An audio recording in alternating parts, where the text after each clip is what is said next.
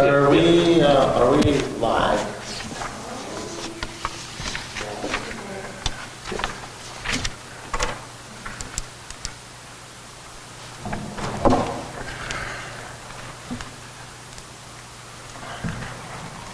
There's Josh.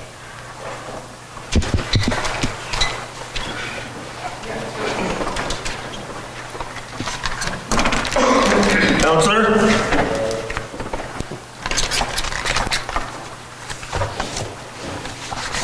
How are you?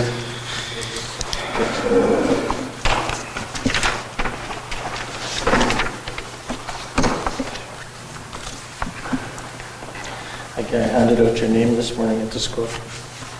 Yeah, I was telling them, hey, if you got things you need to bring forward, you go see Josh. Jonah Himara was all over it. He started writing a list.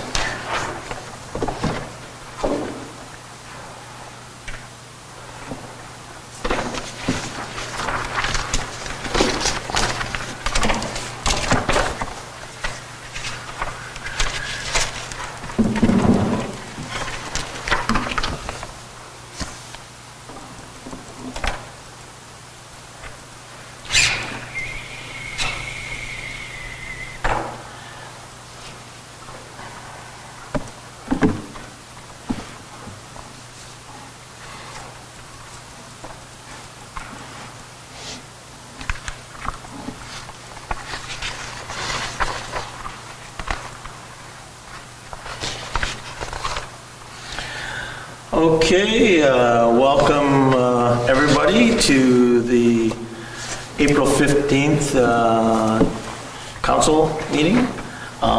First off, I'd like to start off again, as always, is to acknowledge that we're gathered on Treaty 5 territory. That's the homeland of the Opaskwayak Cree nations, and as well as many other Cree, Dene Cree, and Oji Cree peoples. And it's also the homeland of the Red River Métis people. So welcome, and I'm glad everybody tuned in here tonight.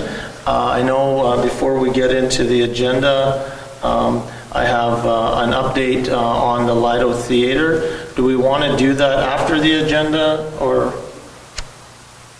It's on here now, isn't it? Yeah, so It's on here now. So I know people out there in the land may be curious about what's happening within what the process is and what's going on next. So maybe we can get an update from somebody, or is that just myself?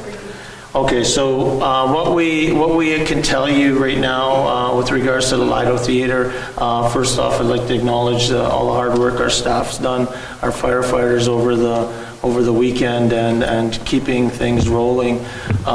So as most people will know, the theater is no longer there. It's a pile of rubbish, rubble, and what we are doing is we're doing testing on the material to ensure that there's no hazardous materials, and really for us to determine how we're going to dispose of it. A lot of great comments that are going on with regards to potential, can we build a monument? Can we use some of the bricks to do something? And I can tell you our administration has taken all those type of things into account. But as of right now, there's been no formal plans. And the other thing with the Lido Theater is that the town has insurance, but that's a bit of a process as well, and we're really unsure of where we're taking it and coverage levels and all that sort of stuff. So as the community, as our administration gets more details, we'll share those details with the public. As I said, I know our firefighters did everything they could to save the building, and I know it was a sad day. It impacted a lot of people, but as mentioned, let's be kind to each other, and let's remember all the good times, and maybe we can look at something positive in the future. So with that, we'll call to somebody who should have a resolution for the agenda. Moved by myself, second by Councillor Lane, resolve the agenda be adopted as presented. Just an issue on there on move items 14-35. It's in the committee of the whole meeting. It should be in camera. Yep. Is there anything else to do in camera? No, I was going to add a couple of things in camera under my report, but we will talk about it when we get there. Okay.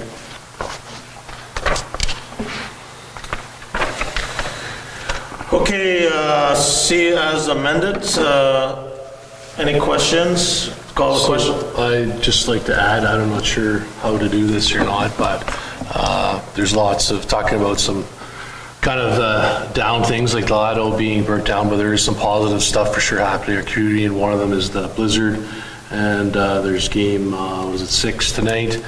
It's at 7 o'clock. By no means am I saying the business of council is not important, but I don't know if there's a way or to kind of, I guess, judge ourselves accordingly as we go by. So not just speaking for myself, but I'm sure there's probably other people here that wouldn't mind going to the game as well. I'm not sure how that wants to be worded in the agenda, just in terms of just keeping time. Yeah, so I think there was one suggestion. I know we have a budget meeting on Wednesday. So one of the suggestions was, what I heard today was to stop the meeting at, have a hard stop today at 6:50, and that we carry business on Wednesday immediately following our budget presentation. So I don't know if anybody has concerns with that. It's basically what you would end up doing is at whatever time, just to move for an adjournment to a specific time on Wednesday. But I would, depending on how we move along here, there is financial things that we should be doing tonight, make sure that that's done. No, absolutely, yeah. If we can get up to committee of the whole, that would be perfect. Yeah, no, absolutely. I mean, we won't hold up any approvals or anything. The intent will be to get through that as quickly as possible. Does anybody have any concerns with that? If seeing none, I'll call the motion or call the question on the agenda. All in favor? Opposed? Carried. So we got one, two, three, four, five, right? And just to make a note, I should have mentioned it at the beginning, both Councillor Atkinson and Councillor Manich both sent their regrets tonight. So they're unavailable due to other commitments that are important. Okay. Resolution of the minutes. Confirmation of the minutes. Moved by myself, second by Councillor Lane, resolved that the minutes of the budget meeting and regular council meeting of March 25th, 2024 be hereby approved, all statutory declarations being complied with. Call the question. All in favor? Aye. Opposed? Carried. All right. Recognition period. I think that we can see there's a lot of good things going on in our community, especially around the Blizzard playing right now. So we cheer them on tonight. I think we give recognition to our firefighters and all those involved over the last little while of doing everything they could to be safe as well, and not having any significant injuries when any of that hazardous work's being completed. Does anybody else have anything today? I got one here. So we sent 4 students off to the Manitoba Skills Competition. So we had Zoe Wright competed in photography, Namarambe Apichild competed in public speaking, Tyler Atkins small engine, and Sandra Lucic in hairstyling. So it's basically 3 days of competing with hundreds of other individuals from different schools representing, they're representing MBCI in the community, and Namarambe won gold in hers, so she gets to represent MBCI and the PAW at the national level in Quebec at the beginning of May, at the end of May. So quite an accomplishment for our students, and it's a great competition because it's it's real skills that can lead to real jobs. So a great job for those 4 students and the staff that took them. What did she excel in? Public speaking. She had to do a speech. Maybe what we could do is maybe if there's a chance we can kind of have a chat with them or visit them, have them come to council, sure, sort of congratulate them in more of a public forum. When we present the check to the school. Oh, that's your other highlight. Yeah. And the one that was doing the hairstyling, I understand that you can go and look like the mayor and end up like Josh. Yeah. That's bullying, Josh. That was bullying, wasn't that? It's complimentary. No, that's great. It really is a reflection of our community to have these talented youth in our community, and hopefully they continue to do good things. So. Okay, moving along here. Just I had a couple of quick ones I wanted to add in. First off, a thank you to yourself, Councillor Ward, and our CAO Bola there for attending AMM this week. It was great to see the representation of our community there. I wanted to give a shout out to the Pond Ocean Chamber of Commerce because they are having the economic development tour next month, so they got that back. So it's good to have some investors coming through the community. And speaking of our firefighters, I had the opportunity to go to the Fireman's Ball almost 2 weeks ago now.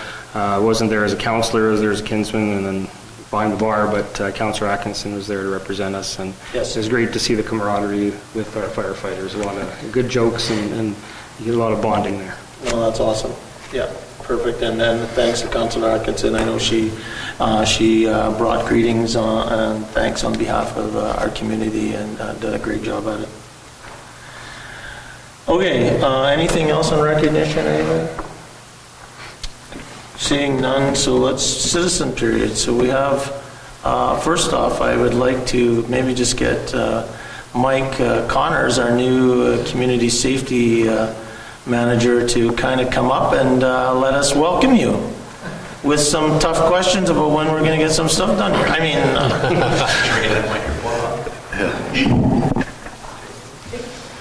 so I guess thanks, Mike, for coming tonight. I know the community is excited. This is a great step forward for us. I know on council's side, this has been a journey for us so far, and I think we hit one of the plateaus as we went by hiring yourself. So maybe you can just tell the community a little bit about yourself, and yeah.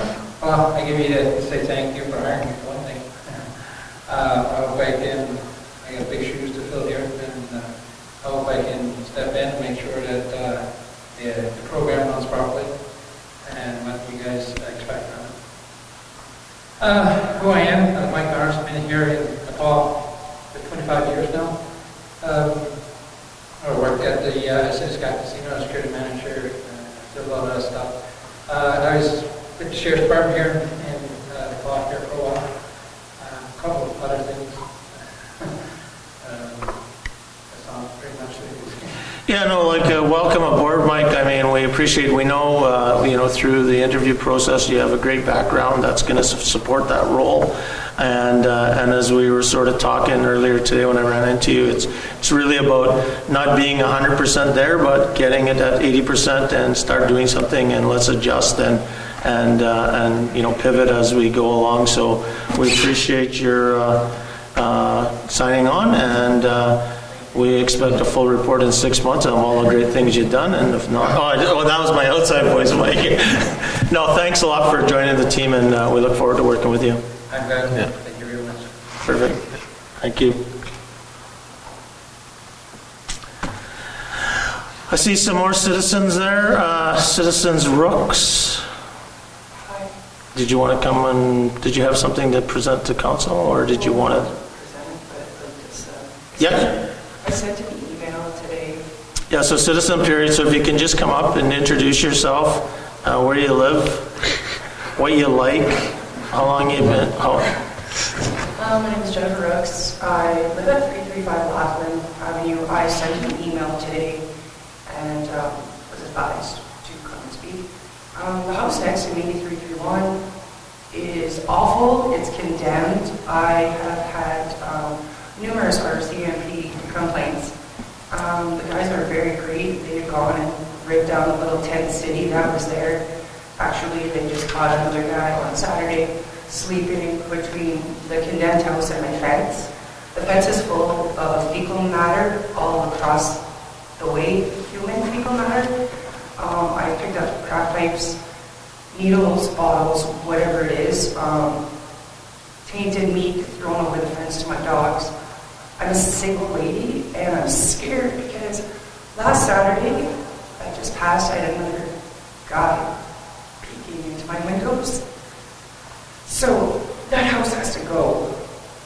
Like, no one's there, it's vacant, the gentleman lives somewhere else, and I just think for this safety purpose, I mean, I can only call out so many times, you know what I mean? I Yeah. just feel that something needs to be done with vacant homes that are not Yeah. being kept. So what I can tell you is that we have that is on our agenda to talk about. I think that doing what you're doing today and continuing to call the RCMP is we have really no other process in place Absolutely. today to actually do anything more than that. We will take obviously the email that you sent in, that will be shared with council, and our administration can kind of support. Yes, we received that, and we replied immediately. Yes, absolutely, and I thanked her very kindly for that last week. We've already sent out a letter to the owner of the property, and then personally called in after. Okay, so I will be given in 2 weeks up to the end of May 2nd to clear that place off, right? And I will be following up with that.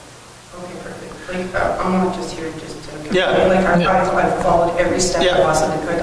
I've personally boarded up the windows. Yeah. Another neighbor has helped me, like, lock everything off. I've set numerous mouse traps. I mean, the Yeah. martins and the squirrels and the mice are ridiculous. I've spent Yeah. a lot of money personally just to, like, keep the safety to myself. There's cameras, there's everything. I have video footage, I have, footage from other people, and I just... Well, we appreciate you coming in because this has come up on council before. We just haven't had a person come in here and tell us their personal kind of trials and tribulations of it that they're experiencing. Most of the stuff that was been talked about in council is because visually in our community, we just obviously we don't like how it looks and it doesn't Yeah. present well. Get to my garage door, Yeah. come to my bedroom window and I'm looking in. Thank goodness I wasn't home, but it's all on video. Like I said, I've done everything personally myself before bothering the RCMP or anybody else, but I'm pretty much just at my end of... You shouldn't have to put up with that, and we'll do everything. We'll do everything we can. Unfortunately, it's all, nobody should have to, but... We've had instances like that in the past and looked after it, so. Yeah, absolutely. Well, thank you for your Yeah, time. so our commitment is we'll do everything in our power to do, but in the meantime, if you do ever feel unsafe, like anytime, the RCMP are a great resource. They support us, support the community members. So, make sure you don't hesitate to So call them. with that, I hope Mr. Connors gets a few people. Well, I don't know about that. Thank you. Thank you. Is there anything else? So I see, we see Sergeant Stark here.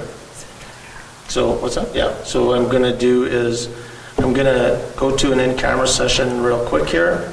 So we'll ask the audience to leave, and then we can get an update from the RCMP, and then we will come back in 5 minutes or so. There's no actions coming out of this in-camera session. It's just an update. So resolved that we now move ourselves into the in-camera portion of the committee of the whole with Mayor Murphy and the chair to discuss matters requiring our attention. So could we ask everybody to leave other than... Don't call the question.